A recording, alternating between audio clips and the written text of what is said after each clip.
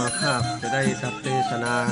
พระไตรปิฎกะอันมาในมหานิพพานสูตรบุคคลสอง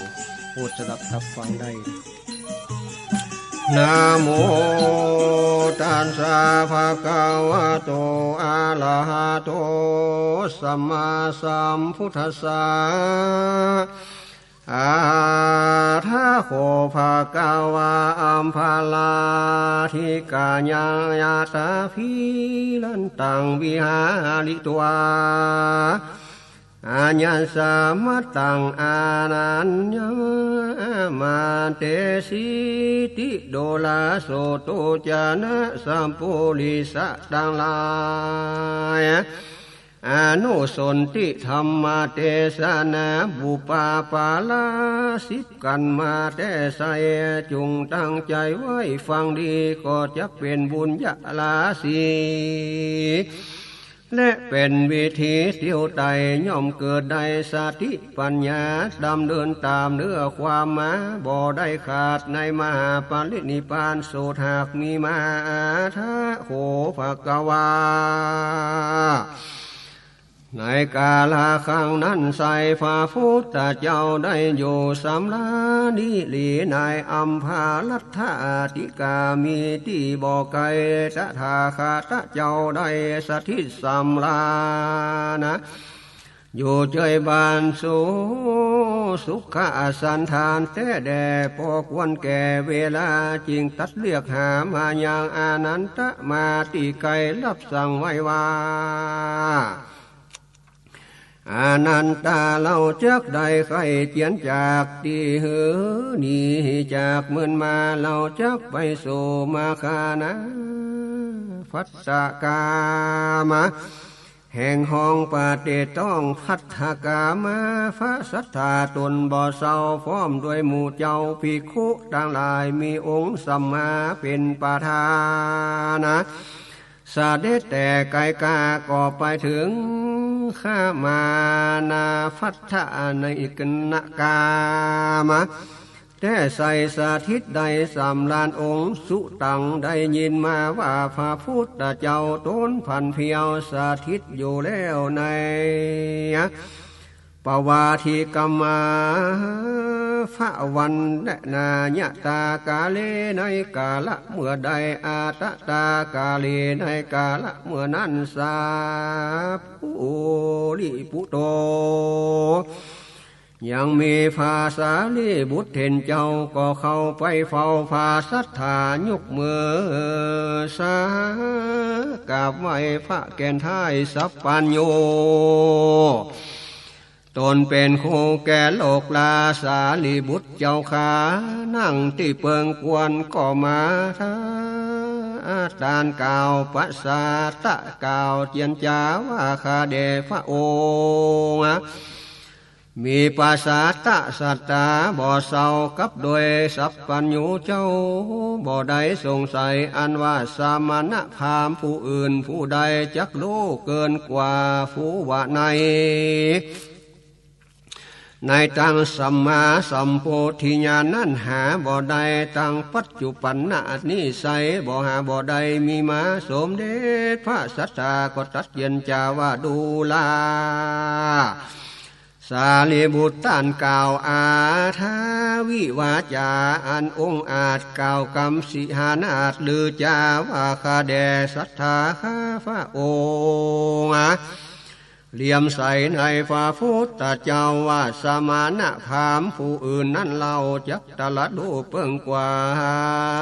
เกินกว่าพระพุทธเจ้าในทางสัมมาสัมพุทธิญา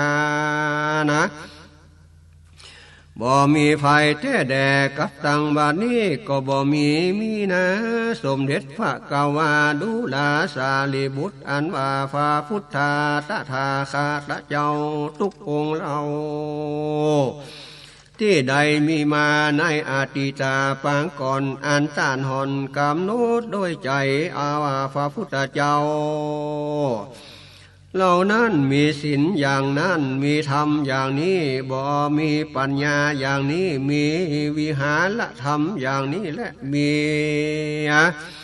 วิมุตติอย่างนี้ดังนี้จาลือต้านสารีบุตรไว้กล่าวกะทาว่าโนเหตังพันเตนั่นหาบ่ได้พระเจ้าข้าดูแลสารีบุตรอันว่าพระพุทธเจ้าทุกพระองค์อันจะเกิดมีมาในอนาคตไปนาอันต้านกำหนดในใจแล้วรู้ว่าพระพุทธเจ้าต่างอะไรเหล่านั้นจักเป็นผู้มีศีลอย่างนั้นมีธรรมอย่างนี้มีปัญญาอย่างนี้มีวิหารธรรมอย่างนี้แล้วมีวิมุตติอย่างนี้แล้วอย่างนี้นะบ่ได้ข้าแด่พระพุทธเจ้าดูลาสารีบุตรอันเราเป็นพระตถาคตอรหันตาสัมมาสัมพุทธเจ้าในบัดนี้เล่าอันต้านกามโนด้วยใจฮือเป็นไปรู้แล้วว่าพระตถาคตเจ้ามีศีลอย่างนี้มีธรรมมาอย่างนี้มีปัญญาอย่างนี้มีวิหารธรรมอย่างนี้มีวิมุตติอย่างนี้ไตไส้เพราะเหตุนี้ดังหรือจาขอไว้สาบ่ได้ดูลาสารีบุตรต้านท้ายต้านมีความมีญาณนะเครื่องกำหนดอาการโน้ในใจพระอรหันตาสัมมาสัมพุทธเจ้าอันล่วงเขาอทิตานาคตาปัจจุปันนาอันเป็นอย่างใดต้านกล่าวอย่างนั้นอาสาพิวาจาองค์อาจยิ่งนักหนาต้านถือเอาส่วนเดียว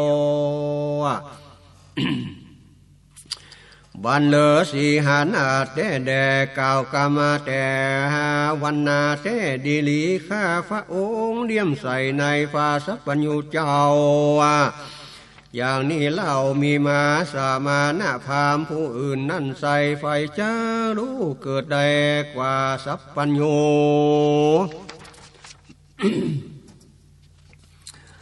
หาทางสัมมาสัมโพธิญาณบ่มีและว่าอันปัจจุปันนานี้บ่มีนานต้านภาษาลิบุตรนาไวสาว่าข้าพระองค์ปันมีบ่มีปัญญาอันเป็นเครื่องกำหนดรู้ยังในใจพระอรหันตาสัมมาสัมพุทธเจ้าดังอันอาติตาเตเล่าและอนาคตังปัจจุปันนานาบ่ได้ข้าพระองค์รู้ได้แต่เหนียวทำอันว่าปัญนาพระจันตนาคราชตั้งอยู่สุดแดนขอบมาละจะเมืองนี่นามีกำแพงและประตูอันมั่นคงนักหนามีผู้กลาผู้หนึ่งนาแต่ใสมีความสลาดไว้โดยปัญญาผู้กละผู้ใดจักเข้ามา ถ้ารู้ยังบ่ทาสังกาเข้าไปในนักกลานั่นใดอันคนบ่รู้จักนั่นใส่บ่มีหวังจักได้เข้าไปเลยเขาบอกเกยละนาตีเฝ้ามันพอกวยแต่เล่าปะตูเขานากาละค่อยขอเลี้ยงหากำแพงนานาตุกที่กันหันนาฟิตที่สังกาเป็นป่องลูนาเพราะว่าตัวเมียวหลอดใดเขาก็มาคึดใส่ใจนาว่าสัตว์และคนนาย่อมเข้าออกประตูนี้ต่ออันนอกจากนั้นบ่เคยมีแต่และนาข้าแด่พระมุนีอันว่าเหนียวแห่งธรรมนั้นก็สันนั่นแต่แด่ข้าพระองค์รู้แต่ว่าภาสัทธาอาลาหันตาสัมมาสัมพุทธเจ้า ที่ล่วงแล้วเล่าในอาทิตการทุกพระองค์ย่อมมีอาการสละนิวาลณธรรมตั้งหาอันเป็นเครื่องกำจัดนา กาตมาจิตตะบ่เหือแก่กาก็เพราะนิวรณ์ธรรมากาตำเหือหลงไหลเศร้าจิตตะใจหลวงเขาบ่เกิดปัญญาแท้แหละนาภาสันฐานั้นย่อมตั้งมั่นในสติปัฏฐานตั้งสี่จะเลิญโพธสังอันโพธทรงอันเป็นความจริงตละลุอนุตตละสัมมาสัมโพธิงของภาสัทธาอาลาหันตาสัมมาสัมพุทธเจ้าอันจักมีไปนาแต่เล่าทุกพระองค์มาก็มาสาละเสียอย่างนิวารณธรรมตังหาอันกาตามหือจิตตาหือจิตใจตามจ้าบ่บังเกิดได้ยังปัญญาเมื่อมีหอละไทยตั้งมันในสติปัฏฐานานะโพธจังกะเป็นความจริงก็มาคานิงขึ้นลอดจักได้ตลาดโลยอดพระอนุตตรสัมมาสัมพุทธิญาณก็แลในกาลบัดนี้ใส่พระตถาคตดายะอรหันตาสัมมาสัมโพธิญาณก็เพราะสาละการกาลนิวรณ์ธรรมทั้งหลายดังเก่าเกิดปัญญาบ่เศร้าตั้งมันอยู่ตีขาในสติปัฏฐานนาแล้วโพธสองว่าดังอันกล่าวมาความเป็นจิตราว่าอันจริงได้รู้ญาณตัสสะโลอรหันตาสัมมาสัมโพธิญาณดังนี้แต่เดียเลสุตังดังได้ยินมาฟาสัทธาสัมมาสัมพุทธเจ้าสติสัมรานะในป่าวาทิกรรมอัมพวันบานนายนาฟัตถกรรมมีแต่เล่าอยู่ตีคาพระองค์เทศนาธรรมีกาถา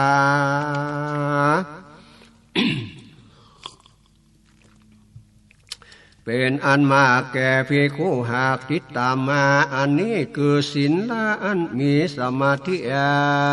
อันหนึ่งปัญญาสมาธินั้นนาอันศีลหากได้อบรมย่อมมีพละอานิสงส์เป็นอันใหญ่ปัญญานั้นใดสมาธิอบรมดีย่อมบังเกิดภาละอานิสงส์ใหญ่กว้างจิตตะใจใสสว่างก็เพราะปัญญา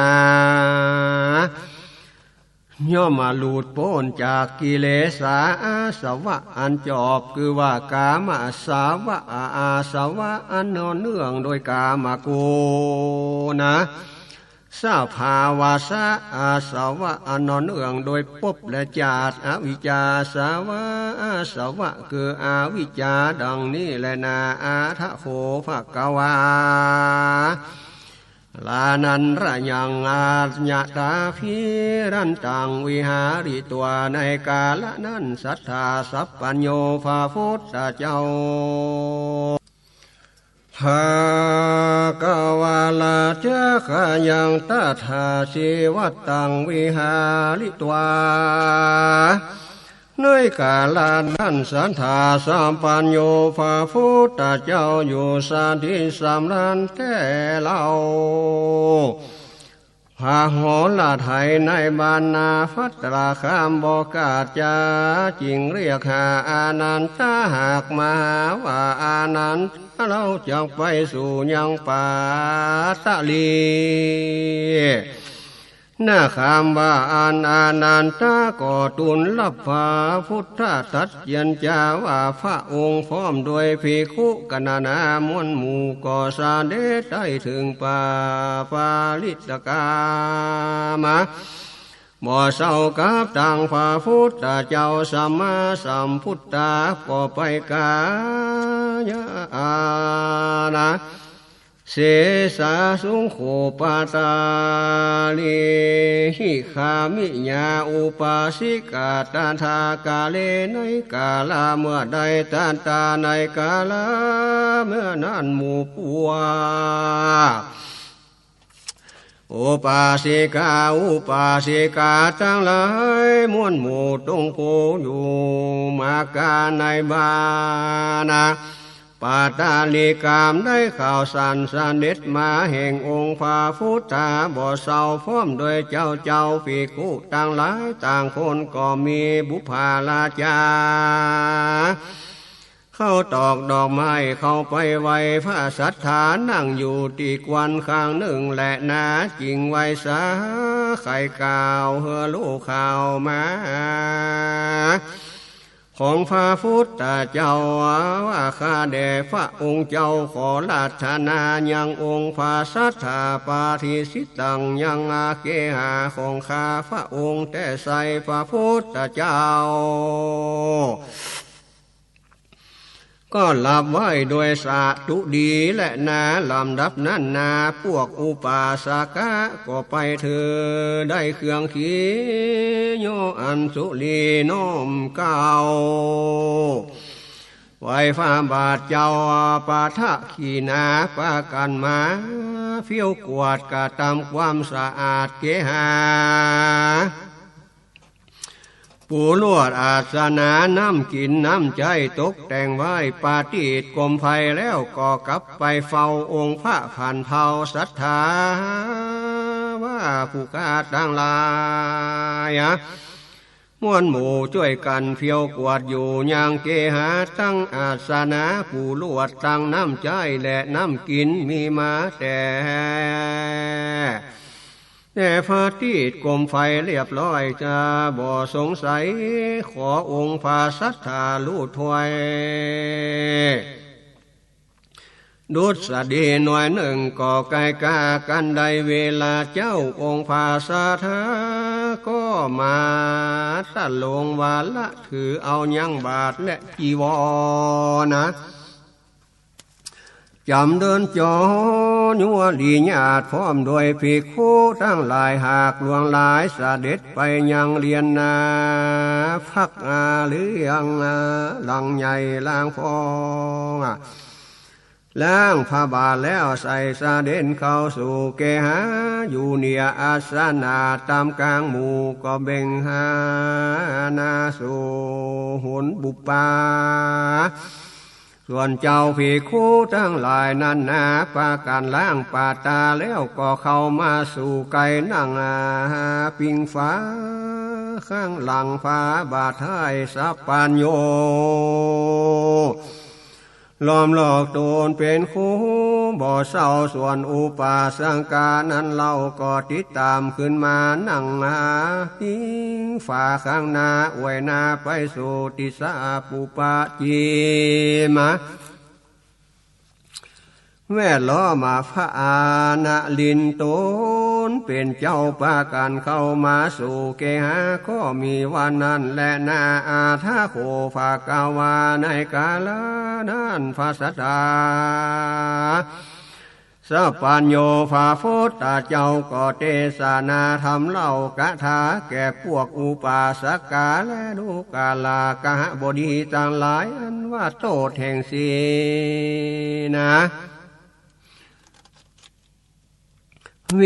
วิบัติของโพธุศีลมี5 สิ่งโปกาละผู้ใดตุศีลวิบัติอันยิ่งย่อมมาเสียผู้โฟคาก็เพราะว่าความมาประมาทลาสาผู้กาละผู้ทุศีลวิบัตินั้นนะย่อมลีลาไปตัวห้องบ่มีไฟเสพซองพ่อวิบัติแห่งศีลผู้กาละผู้วิบัติทุศีลแล้วจักเข้าไปสู่ไปหาบริษัทใดนา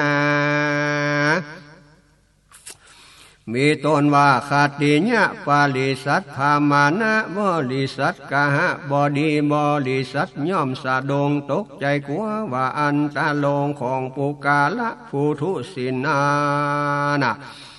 บ่เว้นวางปุกาละผู้ทุศีลวิบัติย่อมมาหลงกะตำหือกาละแต่แด่ปุกาละผู้ใดเป็นคนทุศีลวิบัติดังอันกันตายไปแล้วก็ย่อมไปสู่อบายทุกขาตีน่าลุกเลียหลายบอกาดบอกาบอกวันพามาตลาสาดูกาลากะหะบดีต่างหลาย โทษแห่งศีลาวิบัติหาสิ่งดังใดแสดงมานี้และนาดูกาลาคหัดบอดีตั้งหลายอานิสงส์แห่งศีลสัมมาสมบัติห้าประการอันมีสายก็ควรได้เป็นดังหรือจะผู้กาละผู้ใดถึงพร้อมโดยศีลแม่นมันย่อมได้รับโภคสมบัตินั้นหากมีมาก็เพราะความป่าความบ่ประมาทลาสาจริงจักมีโภคาเพราะศีลว่าอันแถมข้อหนึ่งนั้นผู้กาละผู้มีศีลเที่ยงมานะย่อมได้รับความสุขใจเข้าของเล่าก็ลือไปพิจารกิตติอันดีบ่เศร้าอานิสงส์ศีลอันนาเข้าเป็นศีลาสัมปตาภูกาละผู้ใดมีศีลเที่ยงพร้อมโดยศีลบ่ขาดจักเข้าไปหาผู้สลาดและขาติญาลาดลาจาปาลิสัตใดนาก็ใดก็บอกเก่งขามแต่ใส่องค์อาจใดบ่สังกานี้เป็นอานิสงส์สังสาศิลามันเชื่องบ่บิดเบี่ยงไปมาผู้กาละผู้มีศีลถึงพร้อมด้วยศีลย่อมบ่หลงกาละกะทำกาละเวลาอันเป็นอานิสงส์นาแห่งศีลแต่แด่ผู้กาละผู้ใดมีศีลสายบ่เศร้าถึงพร้อมแต่เล่าด้วยศีลาเมื่อตายไปนาย่อมไปสู่สุคติโลกบ่ทุกข์บ่โศกโศกาก็เพราะอานิสังสาศีลาอานิสงส์ศีลห้าประการตามหากมาและนาโสภกาวานว่าพระพุทธเจ้าเทศนาแก่พวกเจ้าอุปาสิกาเจ้าปาตาลีกะมาหือแจงแต่ดีหลีก็เข้าสมาทานหืออาถานหือละเลงด้วยธรรมามีการท้าตลอดเวลาดึกมาแล้วพระฟันเพียวโพธิญาณก็ไขอาการว่าดูลากะบดีต่างหลายมวลหมู่บ้านนี้ก็เข้าสู่อาลาสีกาละแต่ใส่สมควรได้แก่เวลาพวกอุปาสกก็รับพาตัดนาแจงแล้วก็ลุกจากที่นั่งนำมาสการสมเด็จพระผู้บานบ่อเศร้าปตักขีนาแล้วหลวดเหล่าอำลาพระสถาตนพันเผาพระก็เข้าสู่สุญญาคาแต่ดิลิเตนะโคปันนะสมาเยสุนิทาวัสกาลามาคาถามหามันตามัตตาก็แลในกาลาครั้งนั้นโสนิทะและวัสกาลามหาอามาตแห่งมคาทลาสร้างยังเมืองนากรพาทะลิกามอยู่แต่ใส่เปียตองการป้องกันคาศึกไว้คือว่าพวกเจ้าวัดเสียในกาละนั้นดีลีเมเทวดาเป็นอันมากอันรักษาปาละนิโกนิกามน้อยใหญ่หากเป็นปันมาช่วยกันรักษาขอเผาเทพดาเจ้าผู้มียศในสักกะใหญ่ลาสาตัดที่ต่างใดที่จิตตะของพระราชมหาอามาตย์ผู้มียศ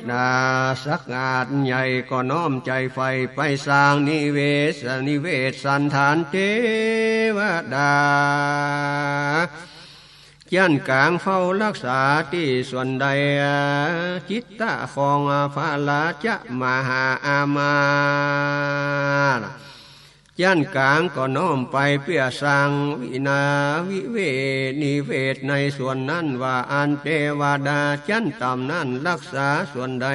กิจจะของพาลาจะมหาอามาตย์จันต่ำก็น้อมไปเปียสังนิเวศในที่นั้นบ่อไกกาองค์ภาษาธาสะปัญญูพระพุทธเจ้าเล่งหันแล้วเล่ายังเทวดานับเป็นปัญตาอันเฝ้ารักษาปาลานิคมแม่นมันโดยทิพปะจากโคนั้นหากเล่งหันโนดสมาบันตามาบันนาของมนุษย์ลุ่มตาย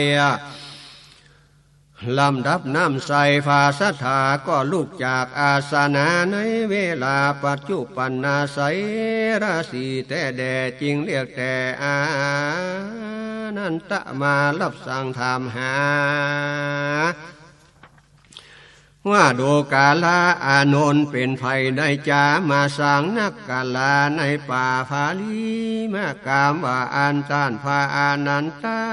พระญาตุนสาว่าข้าแด่สมเด็จพระกาวานว่าสุนิธาและเสวัตสกาละมหาอามาตย์แห่งมันตลาดราชาจักสางอย่างหนักก่อนหน้าอันใหญ่ในป่าฟาลิกามนี่ใส่เพื่อป้องกันพวกวัดศีว่าอันดูกาลาอานันตสาสุนิธาว่าสากาละมหาอามาตย์จักสร้างนาการาชในป่าฟาลิลาฟาลิคามแต่นั้นเปียป้องกันพวกวาสีนั้นบอกไกกาก็อุปมาเหมือนเต้าสกะได้ปรึกษากับเทวดาในจันตาวาติงสาว่าอันเล่าตถาได้หันเทวดาหมู่นั้นเป็นปันนักสากานะในสันฐานในป่าฟาลิคามโดยทิพะจากกุญญาณแต่แด่ล่วงสามัญมนุษย์แต่บ่อสังกาอันว่าเทวดาผู้มียศสกินาอันใหญ่เฝ้ารักษาใดในสวนใดจิตตะของพระราชามหาอามาตย์ผู้ใหญ่ก็น้อมไปได้สร้างนิเวศสันธานะส่วนเทวดาจันกลางรักษาไฟเฝ้าที่ใดเล่ามีมาก็น้อมไปสร้างนิเวศสันฐานในส่วนนั้นว่าอันส่วนเทวดาจันต่ำนั้นรักษาที่ส่วนใดจิตของพระราชามหาอามาตย์จันต่ำนั้นนาก็น้อมไปเพียสร้างนิเวศนะในที่ส่วนนั้นแต่ดีลีดูแลอาณาโนนะที่นี้จะลุ่งเรืองต่อไปนาจะเป็นที่เตียวตรงก้าป่าจานิจาลานากรที่นี้นาอันประเสริฐสาดิลีลำเลิศแต่นางนาจักมีชื่อว่าเมืองป่าทาลีบุตรบ่อเศร้าเป็นที่แก่ห่อปันดาเล่านกรปาทะลีบุตรก็จังเกิดภัยญาเพราะเหตุ3ประการนี้นาคือว่าไฟและน้ำอากาจุลก่อจักแตกออกเป็นหมู่เป็นฝูงและนาตะตากาเลในกาลาเมื่อนั้นสุนิธาว่าสกาละมหาอามาตย์ได้ยินเขาเฝ้าพระสัทธาสมเด็จพระกาวาถึงที่สถิตบ่อเศร้าได้ใดพระสลายกำโดยพระตาถากตเจ้าพอควรแก่เวลานมัสการเยื่อนอยู่ข้างหนึ่งแล้วก็อางาก็กล่าวทูลพระพุทธเจ้าองค์นั้นว่าขออาราธนาพระไปเสวยปัตตาของข้าพระองค์นาในวันนี้แต่ใส่พร้อมตังภิกษุเจ้าใดที่มีมาโสภากาวานว่าพระพุทธเจ้าตนพันเพียวรับโดยสัตตุดีแล้วก็ควรแก่เวลาสุนิทะวัสสากาละมหาอามาตย์ ก็ได้อำลาฟาสัทธาบ่เศร้าเข้าไปสู่ที่อยู่แกหาที่พำนักของตนนาก็เล่งดาตกแต่งขาทะนิยะโพสนิยาแห่งอาหารนะของเกี้ยวของสันอันเจียงการปานีตก็เฮอคนรีบไปลาธนาสมเด็จพระสัทธาว่าได้เวลาแล้วว่าอันพระสัมมาสัมพุทธเจ้านั่นก็ตรงยังอัตวาสุกนั่นถือเอายังบาทและจีวลาฟ้อมโดยกานะภิกขุต่างหลายหมู่ใหญ่เสด็จไต่ต่างมา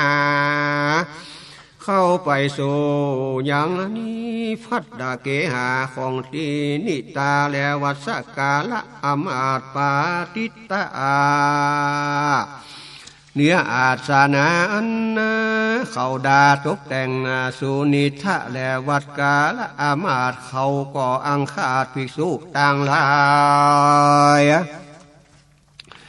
มีพระพุทธเจ้าเป็นเก้าเป็นประธานโดยอาการอันนบน้อมภากอบโดยเจตนานำมายังของควรสันอันปานีตามจารีตที่มีมาสมเด็จพระกาวาคือว่าองค์พระสัทธาวางข้าหัดจากบาทแล้วสุนิทะวัสกาละอามาตก็เข้าเผาที่นั่นตำแล้วเล่าภาษาปัญญูเจ้าก็อนุโมทนาเป็นกถาวาญัตสมิงปาเตเสกเปติวาสังปันดิตาจาติโยดังนี้เป็นต้นนั้นว่าปันดิตะผู้สำเร็จการเป็นในประเทศใดยอมเลี่ยมใสเจียซึ่งตาญาตานท่านผู้อื่นมีสินบ่เศร้าเป็นผู้รวมเลี้ยวเล่าปฏิปตาภูมิมาจาดินาแต่ใสก็เปิงอุติสะกุศลอันนั้นได้แก่เตปาเมื่อเขาได้รับปูจาเขาก็ย่อมปูจาตอบแต่ใส่นอบถือไหว้ยอมนับถือตามมาอนุเคราะห์เขาเหนือบรรดาอนุเคราะห์ลูกเต่าปุกาละอันเทวดาอนุเคราะห์แล้วเล่าย่อมอยู่จำเริญแต่ดีลีเมื่อสมเด็จพระมุนีอานุโมทนาแก่สุติสุนิทะแล้ววัสกาละอามาตก็เสด็จจากอาจลงมาส่วนสุนิทะวัสกาก็ตามสมเด็จพระกาวาบ่เศร้าขาหนิงใส่ใจแต่เล่าว่าพระองค์จักออกดังได้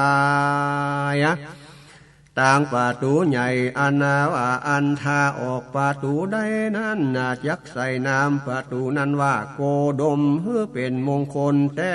สายถ้าพระสัทธาตนเป็นเจ้าจักเสด็จนาก็เสด็จดีลาออกประตูกรรมนั้นแด่จริงได้นามเทวโกโดมา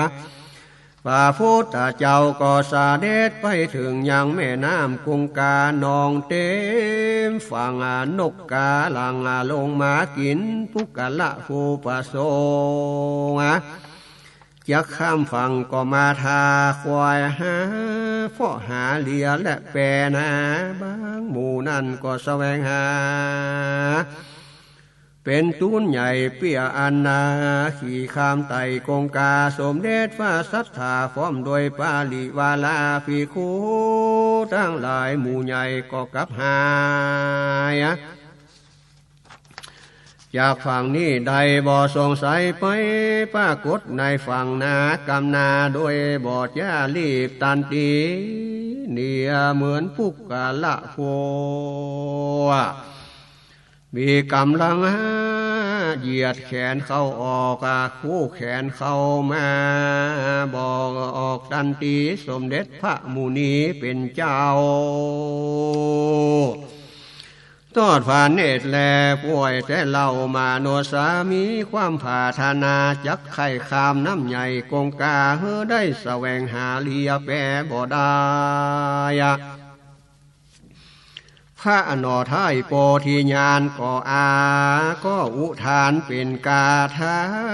ว่าเยตรันติ